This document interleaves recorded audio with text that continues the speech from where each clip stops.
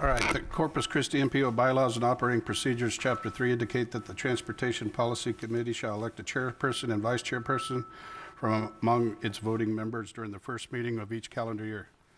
Such an election shall be by majority vote for that voting membership, and I hereby nominate Judge Krebs as chairman. I'll second that. Okay. Okay, all in favor, please state by saying aye. Aye. Opposed, same sign, motion carries. Congratulations, Okay. Judge. Thank you, Mr. Landecker. Okay, I'll have an election for our co-chair for the Transportation Policy Committee meeting. Do I have any nominees? I'll motion, go ahead. I'll motion for Chairman Zahn to Okay. be vice chair. I got a motion that we elect Charlie Zahn, Chairman of Port Commission, as our vice chair. Do I have a second? Second. Okay, I got a seconded by Valente Olivares. Any other nominees? Any other nominees? Hearing none, all those in favor of the motion to elect Charlie Zahn, vice chair of the Transportation Policy Meeting, please say aye. Aye. Those opposed, same sign. Okay, motion carries. We got our officers for 2023. Thank y'all. Okay, going into item 3, first we have public comment. Is there any public comment that we need to be having this afternoon?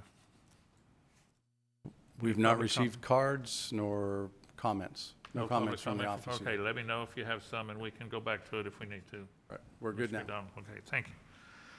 Okay, item 4 is approval of our December 2022, I guess our December 1st meeting, 2022. It seemed like a long time ago, doesn't it? It does. But it was. So do I have a motion to approve those minutes as presented? So moved, Chairman.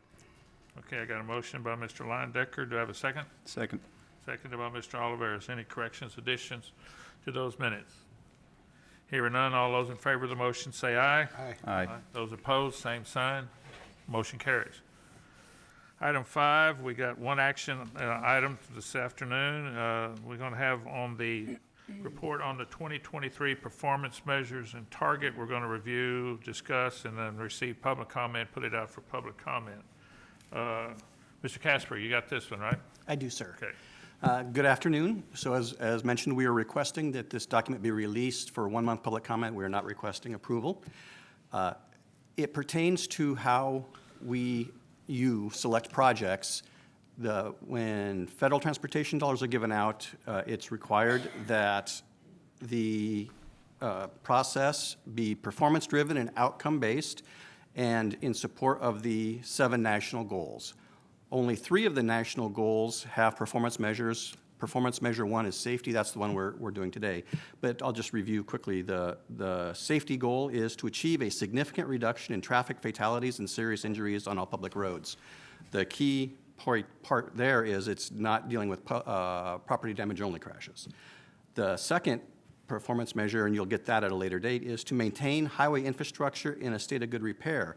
The key parts of that is highway. In this case, is any road functionally classified as collector or higher.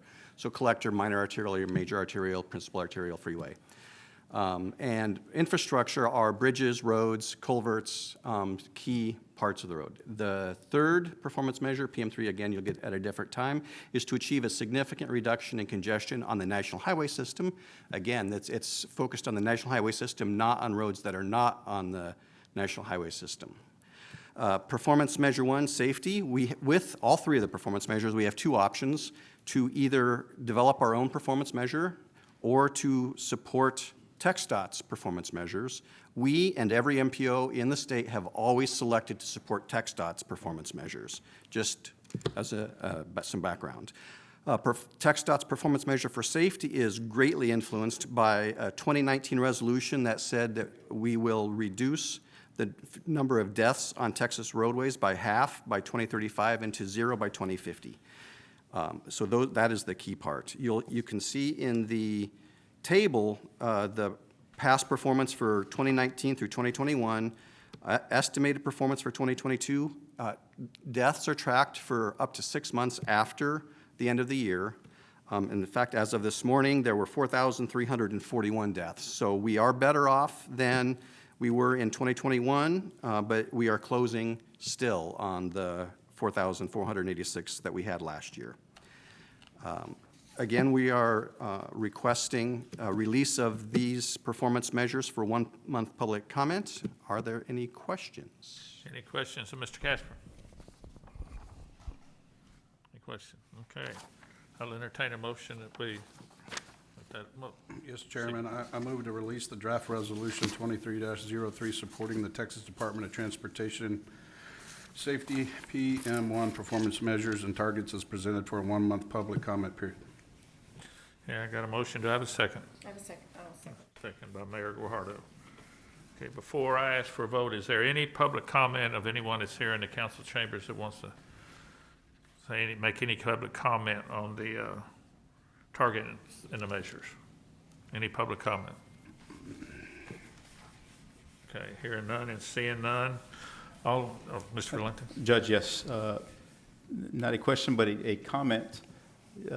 Craig mentioned the statistics statewide, and I thought I'd add here for the Corpus Christi district, which includes obviously MPO, Nueces County. The number I have to date is 107 fatalities for the 10-county district that I'm in charge of.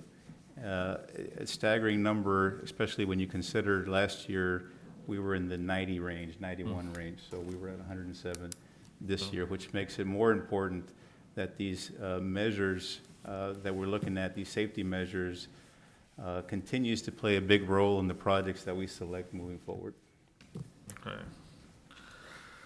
Somehow or another, I don't know how we can get all this word out to people. I mean, you know, we just had one, I think, Christmas Eve up in Live Oak County, and that's part of yours, where 6 people were killed. Person passing in a no passing zone. I mean, that's common sense. You should know that. But we got to educate the public somehow or another that, you know, this is a serious issue. We're losing citizens. We're losing loved ones here in the area. And something has to be done. You know, how, I don't know. That's way beyond me, how we educate them a lot better, people driving stuff, so. Were you going to Yeah. say something on that? Yes, well, the education part, I think that's gonna, like you said, it's gonna take all of us. It's not just on the engineering side of it, it's on the education side, the awareness side. And you'll see us come out, reaching out to counties and cities, asking for some assistance. And if you have any programs or anything you're putting together as far as awareness, please involve us as well so we can bring whatever resources we have to assist on getting the word out to the public. Yeah, and if I may, I think that's a good point, but truly, Valente, I think that if we had the entities very well coordinated to do just that, because we all run, for example, water conservation. That is something that we're going to start putting out and creating a very strong campaign in, right? And that goes hand in hand with, you know, a regional effort. It's the same thing here. I think what would be great is to truly bring us together and say, whatever your budget is, to be able to put that awareness out, doesn't matter. Whatever it is, whatever ours is, it is, but if we combine them all and have a strong effort, I would love to see something like that happen, where we all get together, as opposed to just doing something, because that gets lost, and then it's not as strong. When it's lost, it's not. Exactly. Right. Right. So maybe we Yeah. can do that. So if you're interested, I think I am. maybe a coalition, Yes. safety coalition Yes. that focuses on the education side, because Yes. we put calendars together on the awareness topic for a month, right, moving forward. And we Okay. have our traffic safety specialist that takes the lead on that and coordinates with the local entities as well. You just may not be aware of the coordination that's happening behind the scenes. Right. But maybe something a little bit more formal as far as a coalition that looks at this type Yes. of, that focuses on education and awareness. Right. That we can get on everybody's calendars and say, okay, this is what we're doing for this month. Let's focus on this topic for Right. this month. Right, yeah, I would love I'd love to be a part of that, and I think it's just important, especially with kids and every distraction that they have right now. It's worse every day, you know? And maybe, you know, maybe that's why Rob wants to chime in, but we do have the safety team that's set up here that meets here with our MPO, talks about the measures and projects as well. I think education and awareness can be mixed into that as well, Rob. Yeah, and that's great segue, Valente. I think it has not met recently over the last few months, but February 2nd, our MPO Safety Task Force, which is made up of a whole group of folks, engineers and we have the school districts, so the ISDs are there. We have the police department that are members of that, not only here, but over in Portland. So we've got the group assembled. They haven't met because we haven't had the things to dig their teeth into. And so we'll have presentations on things like Vision Zero, what TxDOT is doing at the district, city and county, what school districts are doing. So the next meeting is February 2nd. So it follows your meeting. So after your meeting next month, the Safety Task Force, we'll send you a copy of that agenda when it is done. But it's to do exactly what you're talking about, is to really shine a light on the issues and what we're going to do about it. And so everyone's got different things that they want to do to address it. But now that we know the numbers and you're going to approve performance measure, safety performance measure next month, right after that, we're going to have the task force meet to talk about where the accidents are and what are the causes of some of those accidents. So look for that agenda so we can have that full-fledged discussion February 2nd. Sounds good. Yeah. Okay, any other public comment or comments? Rob, just one, Chairman. Okay. Real quick, Rob, could we do, if we collectively are able to throw in the bucket, so to speak, would there be able to, after that meeting or after we come up with the top reasons why there's accidents, put out a PSA or something like that where we're, hitting the airwaves, for lack of a better word, or some kind of media campaign? Maybe Yeah, that's I think, maybe that's a better sure. Way to say it. Yeah, I think, I know TxDOT, city and county, they'll put joint releases out. They had I think it was November, December, they had a joint response for the media. But we can join that and try to bring that together to talk about, now that we've identified some of the causes of these accidents, fatalities and obviously serious injury accidents, we have all the data. We've pulled it all down from the state database.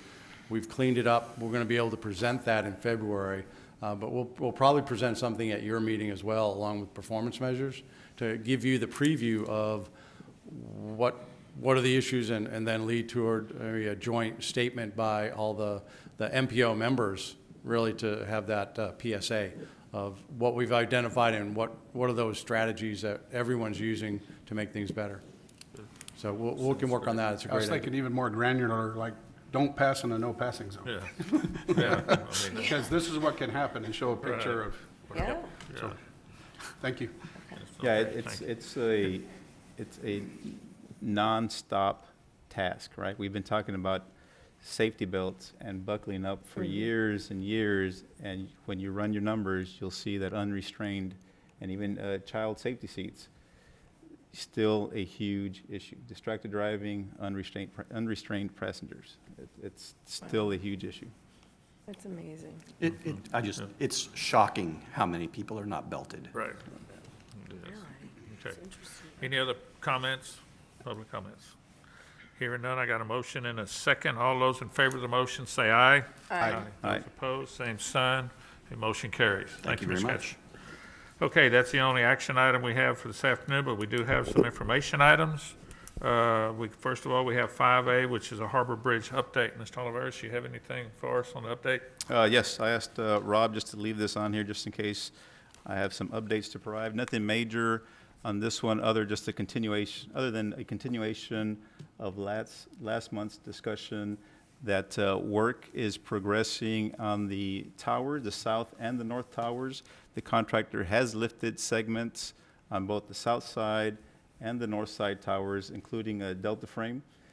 They've been working, they've staffed up resource-wise, labor-wise, and you've seen the cranes been delivered and mobilized there in November and December to a point where work is continuing day and night for 6 days a week this past December.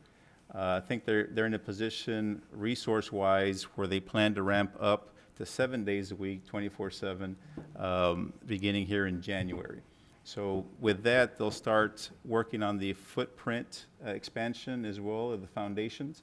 We'll see some demolition work in there for the foundations and preparation for new drilling to occur probably before the end of January. So you'll see other cranes over there doing some drilling work at the foundation locations.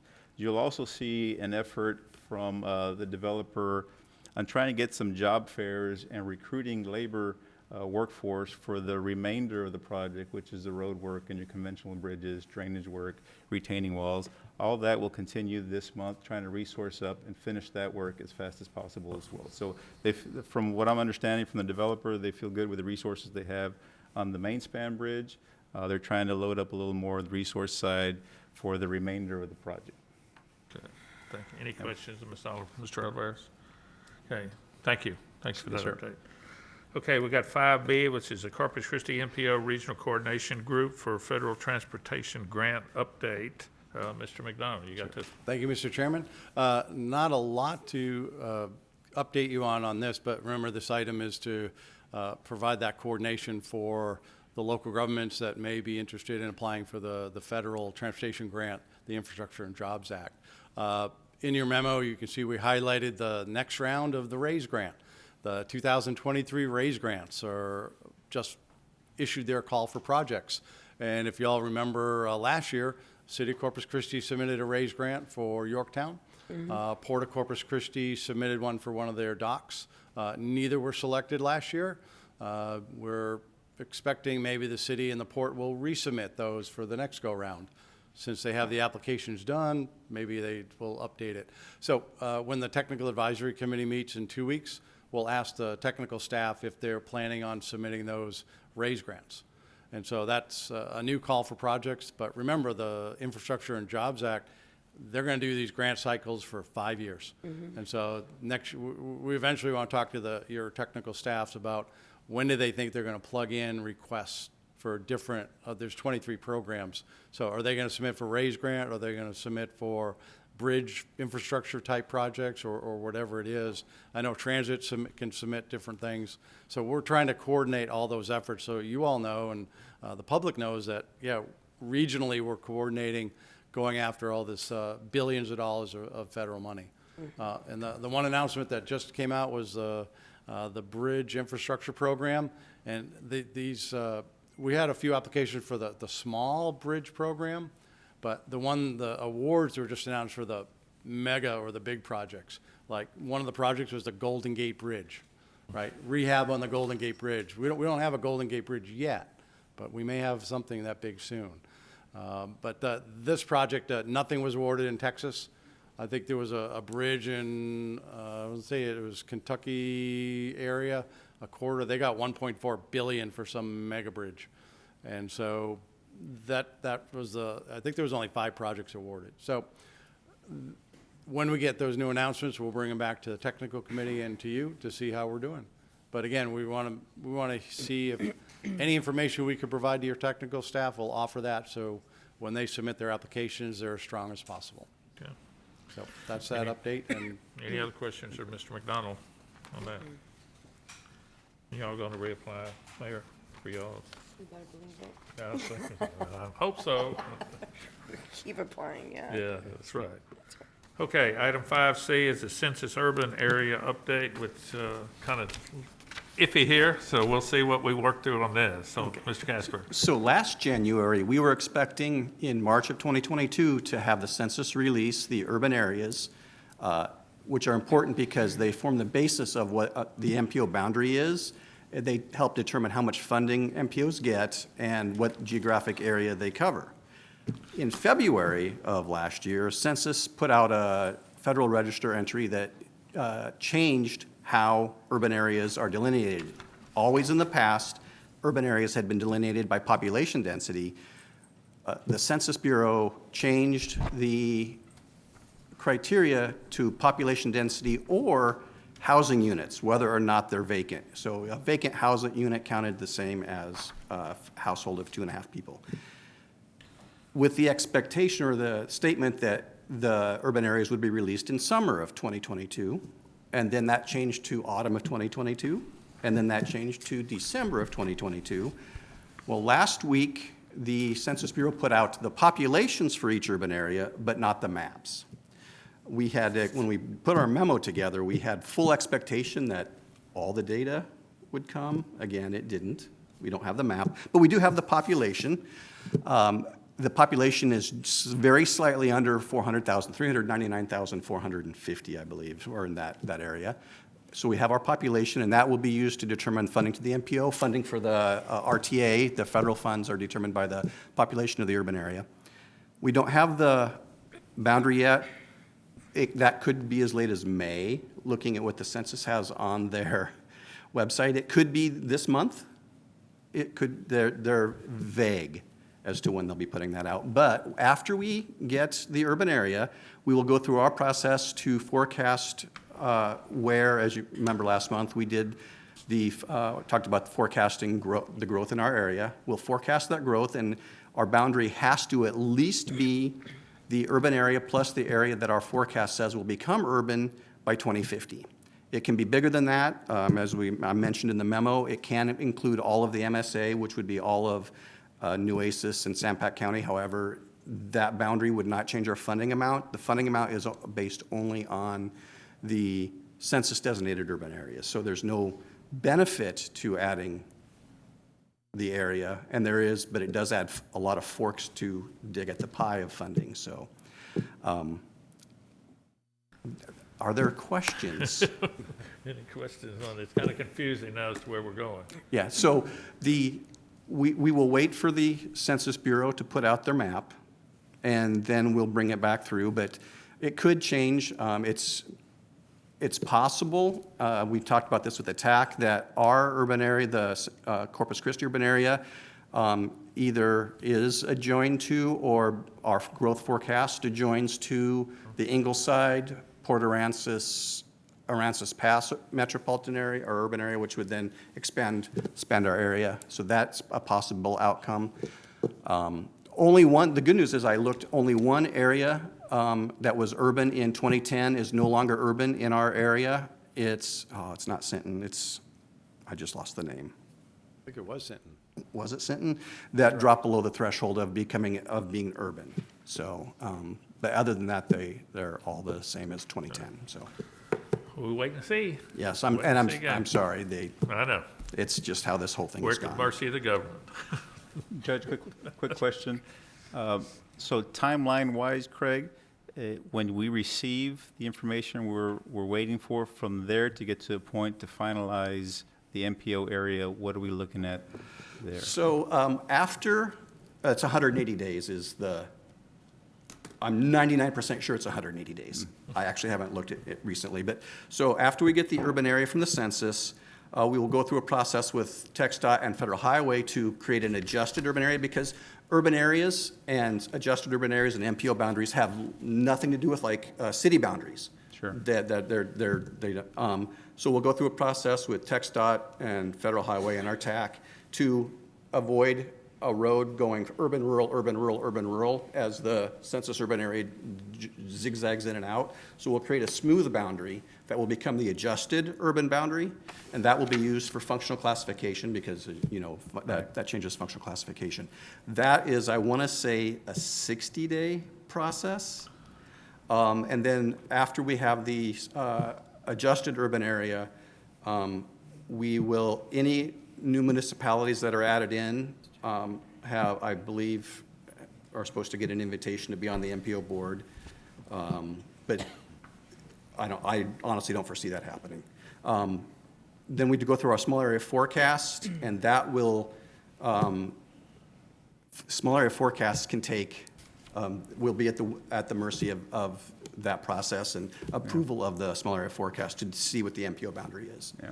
So with the growth forecast from the state demographer being smaller than past, I don't see a lot of change from whatever the adjusted urban boundary is. However, again, the board can choose to do the MSA boundary or even the consolidated metropolitan boundary, which would be like 7 counties. So when you refer to MSA, it's the study area that's larger than the planning area. Right, yeah, exactly. Yep. So, sorry, I used the acronyms. So we'll be giving, next month, we'll probably give you an updated schedule as all the MPOs in Texas and the country are doing the same thing. Right. We've been waiting, on the edge of our seats for these numbers and maps.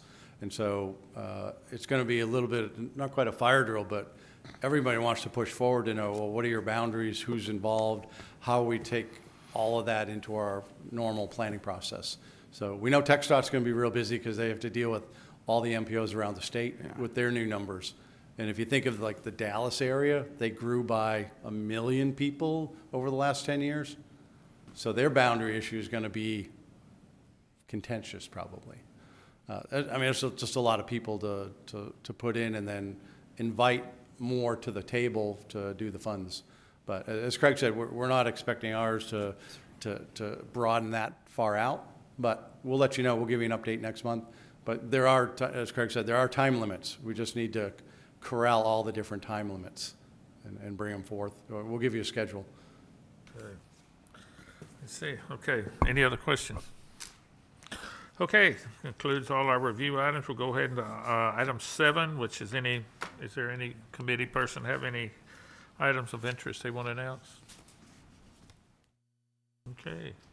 No items of interest. Okay. We'll go ahead and go in the Technical Advisory Committee meeting is scheduled for February the 19th of this month, if you want to attend that. And then our next Transportation Policy Committee meeting will be February the 2nd. So put that on your calendar for February 2nd. We'll probably have a lot more stuff to do by February 2nd than we did today. We will. And stuff. Okay. With that, we'll adjourn Wow. at 2:34 p.m. in the afternoon. There you go.